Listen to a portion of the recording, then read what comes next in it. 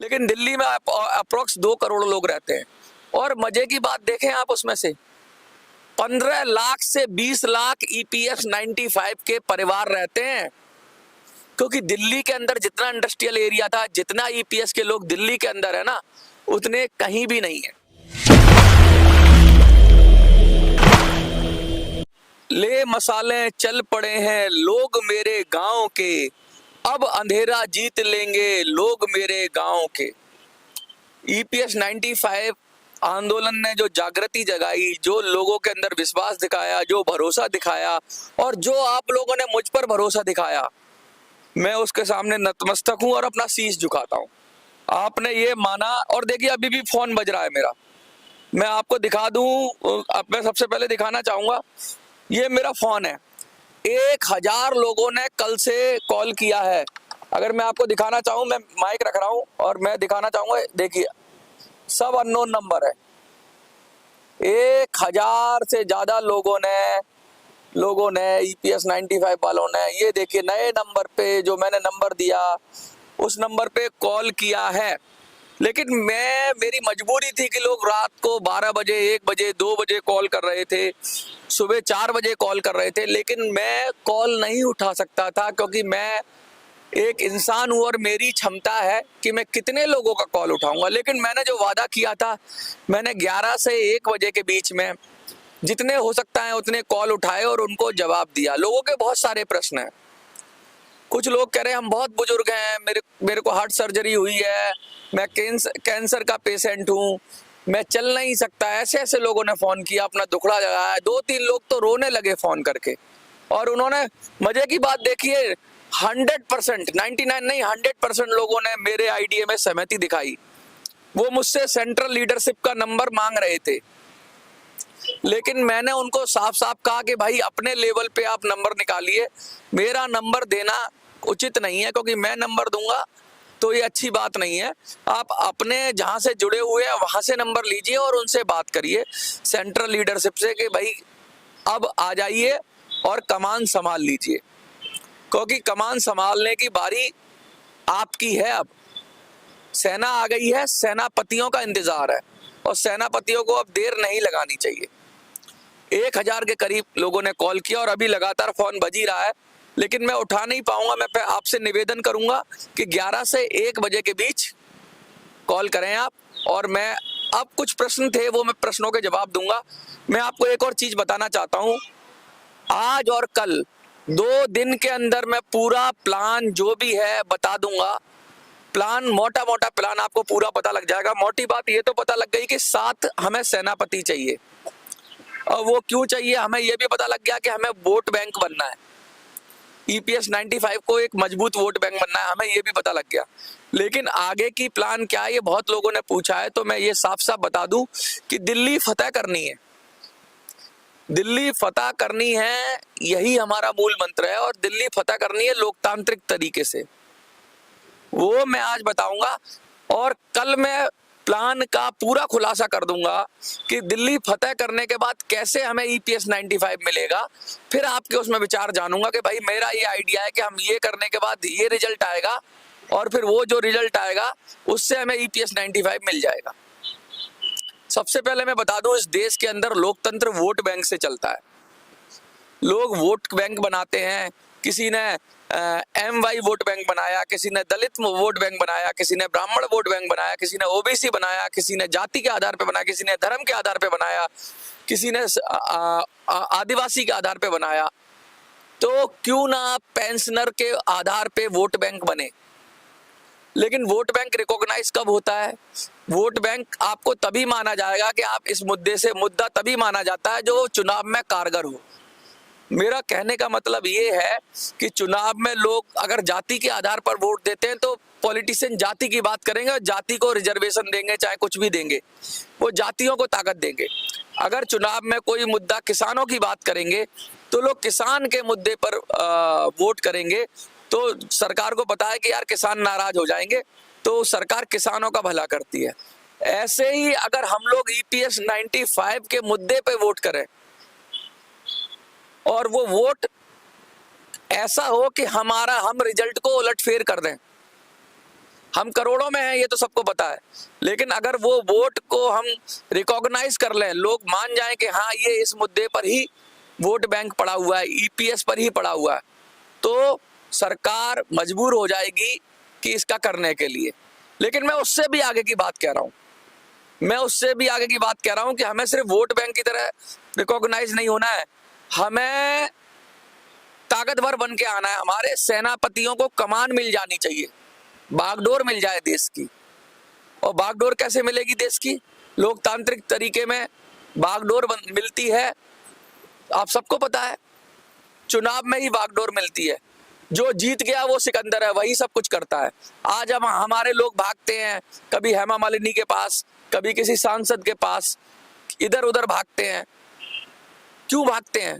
इसलिए भागते हैं कि वो पावरफुल हैं, वो संसद में बैठे हैं, वो निर्णय करते हैं, उनके शक्ति है। लेकिन जो सांसद संसद में बैठे हैं वो ईपीएस 95 के मुद्दे पर जीत कर नहीं आए हैं, वो अपनी पार्टी की कृपा से टिकट पाकर जीत कर आए हैं, तो वो आपका मुद्दा नहीं सुनेंगे, वो अपने बॉस की सुनेंगे, अपने आका की सुनेंगे, वो चाहे बीजेपी हो या कांग्रेस हो। जो आपका आदमी होगा ना, जो आपके मुद्दे पे जीत के आएगा, वो आपकी सुनेगा बात। मैं आपको बता दूं, मोटी मोटी बात, दिल्ली की जनसंख्या 1.5 करोड़ के करीब है। 1.5 करोड़ से 2 करोड़ वोटर, 1.5 करोड़ के करीब होगा, लेकिन 2 करोड़ कहते हैं। एनसीआर में 3, 4, 5 करोड़ लोग रहते हैं, लेकिन दिल्ली में अप्रोक्स 2 करोड़ लोग रहते हैं। और मजे की बात देखें आप, उसमें से 15 लाख से 20 लाख ईपीएस 95 के परिवार रहते हैं, क्योंकि दिल्ली के अंदर जितना इंडस्ट्रियल एरिया था, जितना ईपीएस के लोग दिल्ली के अंदर है ना, उतने कहीं भी नहीं है। लेकिन दिल्ली के लोग सोए पड़े हैं। दिल्ली में हर गली में एक ईपीएस का बुजुर्ग जरूर होगा, हर गली में, दिल्ली की हर गली में। और मैं तो कह रहा हूं हर 5वें घर में एक ईपीएस 95 का बुजुर्ग जरूर होगा दिल्ली के अंदर, दिल्ली गुड़गांव, क्योंकि ये इंडस्ट्रियल एरिया है, यहाँ बहुत सारी फैक्ट्रियां हैं, बहुत सारे यहाँ पे प्राइवेटाइजेशन है, इधर गुड़गांव है, इधर हरियाणा है, सब तरह। तो दिल्ली के अंदर, जैसे महाराष्ट्र में मुंबई की बात करें, या महाराष्ट्र में जहां जहां इंडस्ट्रीज है वहां पे ज्यादा ईपीएस 95 के लोग होंगे, तो ऐसे ही दिल्ली के अंदर भी बड़ी बड़ी कंपनियां, रिचा, मॉडलामा, जिनके यहाँ 10-10, 20-20 हजार वर्कर काम करते, जो सारे रिटायर हो गए, वो कहाँ है? वो दिल्ली में ही तो है। तो दिल्ली के अंदर सबसे बड़ा ईपीएस 95 का वोट बैंक है। अब क्या करना है? इस वोट बैंक को जगाना है। इस वोट बैंक को जगाएंगे कैसे?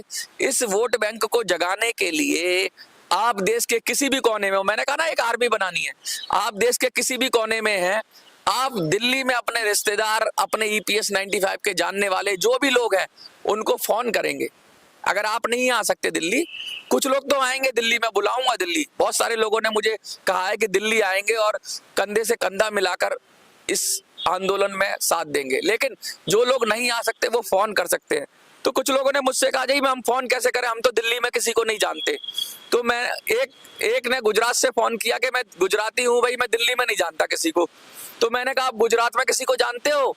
कि हाँ गुजरात में तो 100-200 लोगों को जानता हूँ, ईपीएस 95 वाले या बुजुर्ग लोग। तो मैंने कहा उनको फोन करो, उनका जानने वाला दिल्ली में होगा कोई। तो आप जिसको जानते हैं उसको बताओ कि वो दिल्ली में किसी को जानता है। अगर वो दिल्ली में जानता है तो कह दो कि दिल्ली के लोगों जग जाओ, दिल्ली के ईपीएस 95 के लोगों को जगाना है।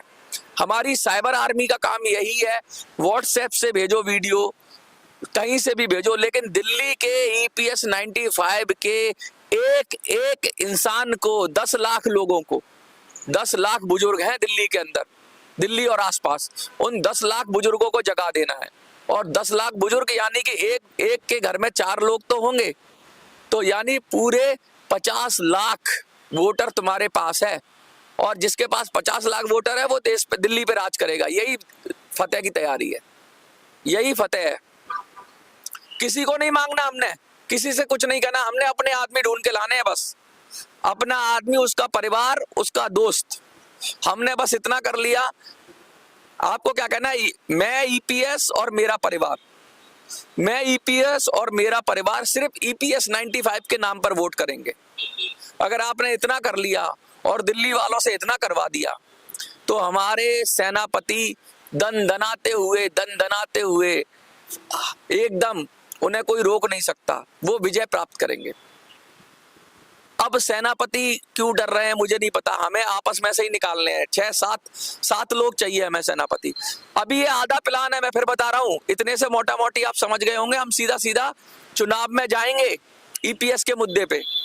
ना हम कांग्रेस को वोट करेंगे, ना हम बीजेपी को वोट करेंगे, ना हम सपा को, ना बसपा को, ना आपको, ना खाप को, हम किसी को वोट नहीं करेंगे। हम ईपीएस 95 के मुद्दे पर उसी अपने सेनापति को वोट करेंगे जो सेनापति हमारे लिए लड़ेगा। और दिल्ली बड़ी छोटी जगह है, 50 लाख वोटर हमारे हैं।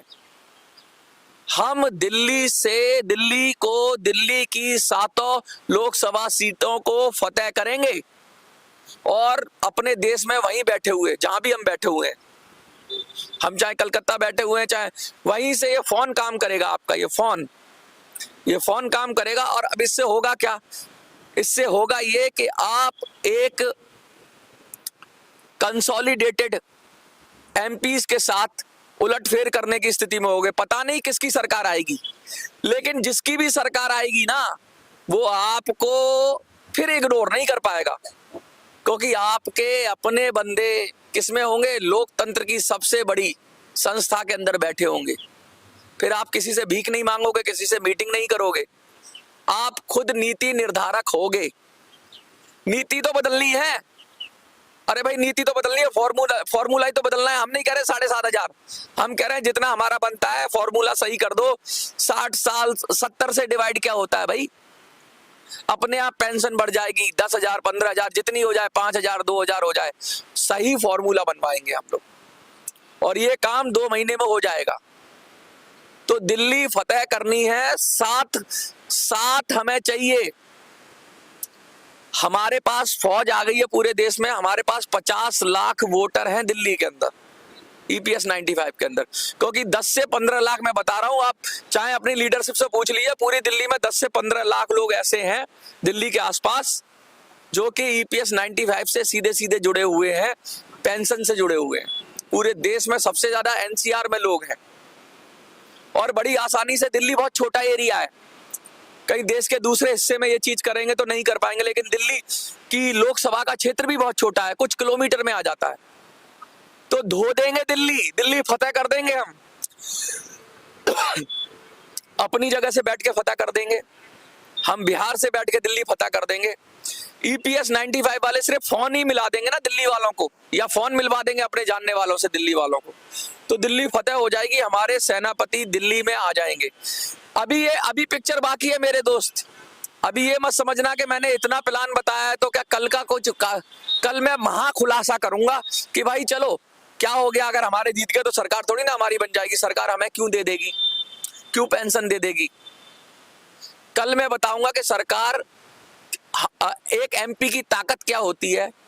कल मैं 3-4 चीजें ऐसी डिस्कस करूंगा कि मंत्रिमंडल का डिसीजन कैसे होता है, मंत्री क्या होता है, और कैसे ईपीएस 95 मिलेगा। आज भी आधा जवाब दे रहा हूं मैं, आपको लग रहा होगा बस ये चुनाव तक ही बात कर रहा है मनोज, नहीं, पिक्चर अभी बाकी है मेरे दोस्त। मैं खुला खेल है, ये खुला खेल हिंदुस्तानी, हम दिल खोल के कह रहे हैं, डंके की चोट पे जाएंगे और खुला करके बता रहे हैं आपको। और आपको अलग अलग काम मिलेंगे। जो बहुत ज्यादा बुजुर्ग हैं उन्हें फोन करने का काम मिलेगा कि भाई अपने अपने क्षेत्र से अभी से लग जाओ, आप लग जाओ। एक आदमी मुझे लगता है 100-200 लोगों को तो बोल सकता है, और 200 लोगों को अगर आपने ढूंढ के निकाल लिया अपने घर पे बैठे बैठे, अपने रिश्तेदारों के जरिए, दिल्ली में कांटेक्ट निकालने हैं सबको क्या निकालने हैं? अगर हमें अपना लड़का भेजना हो दिल्ली में पढ़ाई के लिए, अपना नाती भेजना हो, अपना कोई दोस्त भेजना हो, तो हम निकाल लेते हैं फटाफट, अपना रिश्तेदारी निकाल लेते हैं। किसी से फलाना क्या भाई दिल्ली में, फलाने का चाचा दिल्ली में, तो क्या आप नहीं निकाल सकते हो? क्या उड़ीसा में बैठा हुआ आदमी दिल्ली में कोई लिंक नहीं निकाल सकता?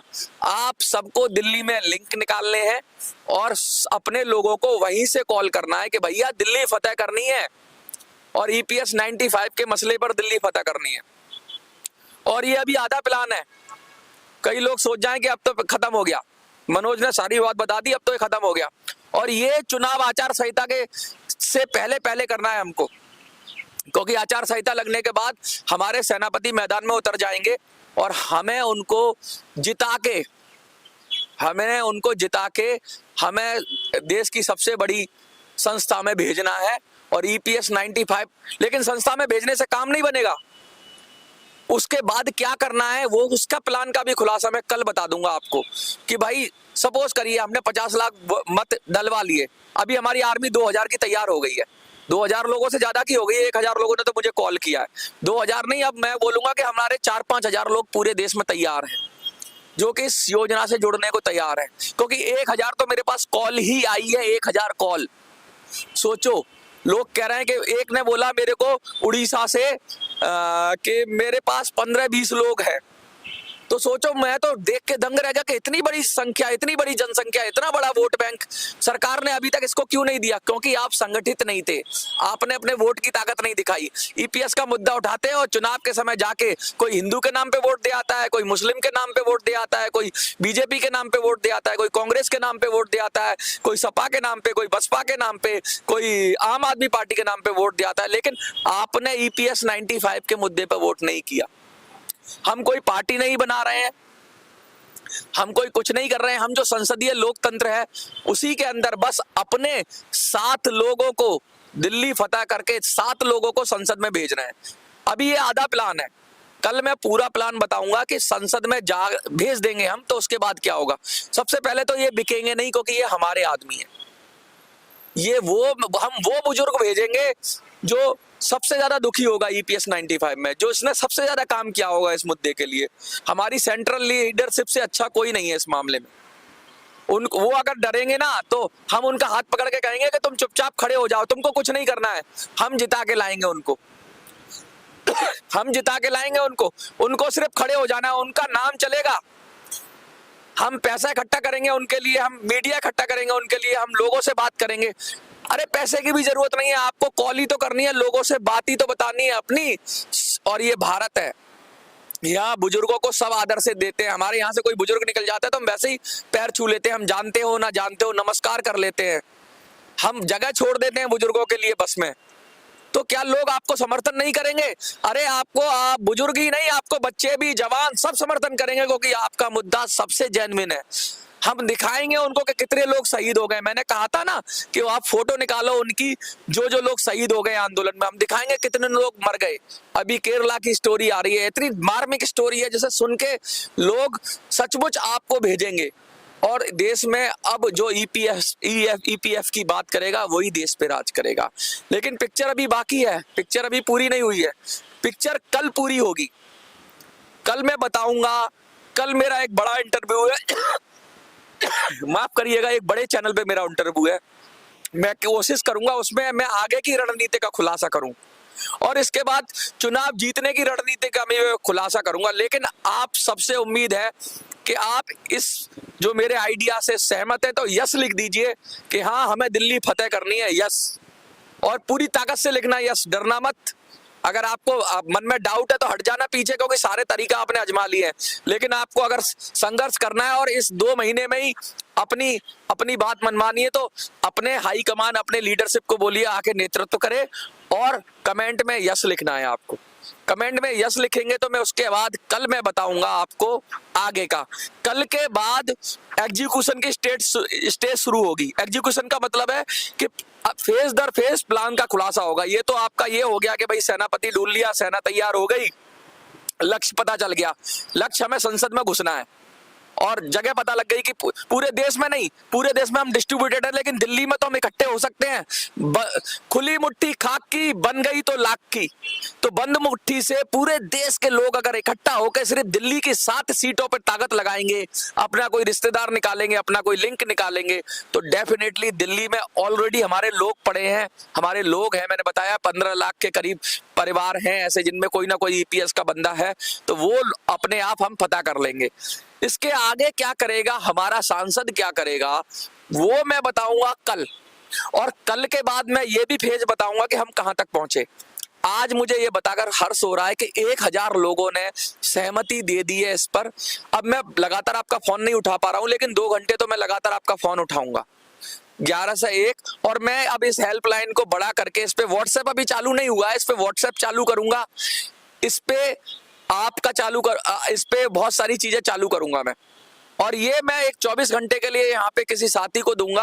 अब हम लगातार प्रेस कॉन्फ्रेंस करेंगे और प्रेस कॉन्फ्रेंस करके सीधा सीधा चुनौती देंगे सरकार को, वो चाहे कांग्रेस की सरकार बने या बीजेपी की सरकार बने, बिगैर हमारी मदद के, बिगैर हमारे लोगों के वो सरकार चल नहीं पाएगी। हम टांग अड़ा देंगे सरकार में, हम अपना हक लेके रहेंगे। मुझे लगता है कि आज मैंने अपनी मन की बात कह दी है। आपके क्या मन की बात है? अगर आप मेरे दिल की बात से इससे सहमत हैं तो यस कर देना और मिलकर करेंगे फतेह। दिल्ली फतेह करनी है। 1000 लोगों का बहुत बहुत शुक्रिया जिन्होंने मुझे कॉल की। और आप अब दिल्ली में कैसे भी लिंक निकाल के दिल्ली के लोगों को कॉल करो और दिल्ली के लोगों को जगाओ और कमेंट में लिख दो यस। देखते रहिए।